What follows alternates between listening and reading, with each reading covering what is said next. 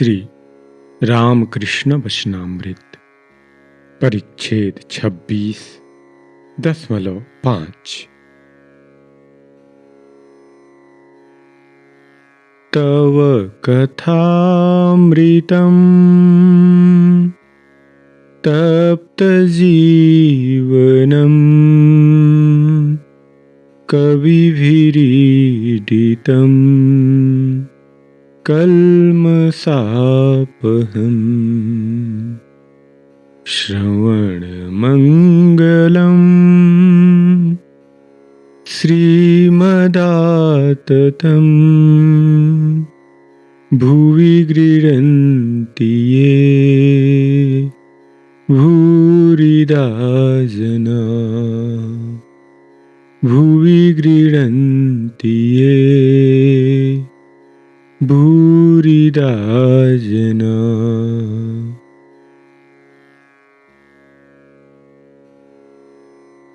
श्री रामकृष्ण और सर्वधर्म समन्वय। भोजन के उपरांत श्री रामकृष्ण छोटे तख्त पर आराम कर रहे हैं। कमरे में लोगों की भीड़ बढ़ रही है। बाहर के बरामदे भी लोगों से भरे हैं। कमरे के भीतर जमीन पर भक्त बैठे हैं और श्री रामकृष्ण की ओर एक दृष्टि से ताक रहे हैं। केदार, सुरेश, राम, मनोमोहन, गिरेंद्र, राखाल, भवनाथ, मास्टर आदि बहुत लोग वहां पर मौजूद हैं। राखाल के पिता आए हैं, वे भी वहीं बैठे हैं। एक वैष्णव गोसाई भी उसी स्थान पर बैठे हैं। श्री रामकृष्ण उनसे बातें कर रहे हैं। गोसाइयों को देखते ही श्री रामकृष्ण सिर झुकाकर प्रणाम करते थे। कभी कभी तो उनके सामने साष्टांग प्रणाम करते थे।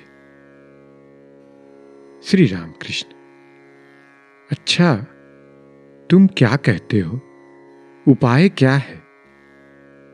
गोसाई: जी, नाम से ही सब कुछ होगा।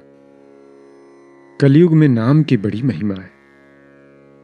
श्री रामकृष्ण: हाँ, नाम की बड़ी महिमा तो है, पर बिना अनुराग के क्या हो सकता है?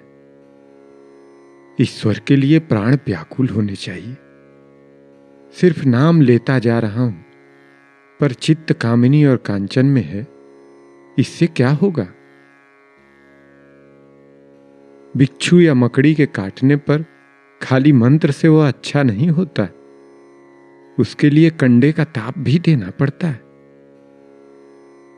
गोसाई: तो अजामिल का क्यों हुआ? वह महापातकी था। ऐसा पाप ही न था जो उसने न किया हो, पर मरते समय अपने लड़के को नारायण कहकर बुलाने से ही उसका उद्धार हो गया।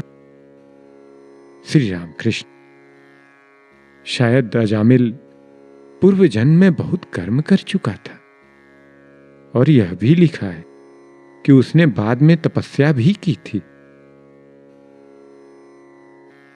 अथवा यूं कहो कि उस समय उसके अंतिम क्षण आ गए थे। हाथी को नहला देने से क्या होगा, फिर धूल मिट्टी लिपटाकर वह ज्यों का त्यों हो जाता है। पर हाथी खाने में घुसने के पहले ही अगर कोई उसकी धूल झाड़ दे और उसे नहला दे तो फिर उसका शरीर साफ रह सकता है। मान लिया कि नाम से जीव एक बार शुद्ध हुआ, पर वह फिर तरह तरह के पापों में लिप्त हो जाता है। मन में बल नहीं, वह प्रण नहीं करता कि फिर पाप नहीं करूंगा। गंगा स्नान से सब पाप मिट जाते हैं सही, पर सब लोग कहते हैं कि पाप एक पेड़ पर चढ़े रहते हैं। जब वह मनुष्य गंगा जी से नहाकर लौटता है तो वे पुराने पाप पेड़ से कूदकर फिर उसके सिर पर सवार हो जाते हैं। सब हंसे। उन पुराने पापों ने उसे फिर घेर लिया। 2-4 कदम चलते ही उसे धर दबाया। इसलिए नाम भी करो और साथ ही प्रार्थना भी करो। कि ईश्वर पर अनुराग हो और जो चीजें 2 दिन के लिए हैं, जैसे धन, मान, देह सुख आदि, उनसे आसक्ति घट जाए। गोसाई से यदि आंतरिकता हो तो सभी धर्मों से ईश्वर मिल सकते हैं। वैष्णवों को भी मिलेंगे तथा शाक्तों, वेदांतियों और ब्रह्मों को भी, मुसलमानों और ईसाइयों को भी। हृदय से चाहने पर सबको मिलेंगे। कोई झगड़ा कर बैठते हैं। वे कहते हैं कि हमारे श्री कृष्ण को भजे बिना कुछ न बनेगा, या फिर हमारी काली माता को भजे बिना कुछ न होगा, अथवा हमारे ईसाई धर्म को ग्रहण किए बिना कुछ न होगा। ऐसी बुद्धि का नाम हठ धर्म है, अर्थात मेरा ही धर्म ठीक है और बाकी सब का गलत। यह बुद्धि खराब है। ईश्वर के पास हम बहुत रास्तों से पहुंच सकते हैं। फिर कोई कहते हैं कि ईश्वर साकार है, निराकार नहीं। यह कहकर वे झगड़ने लग जाते हैं। जो वैष्णव है वह वेदांती से झगड़ता है।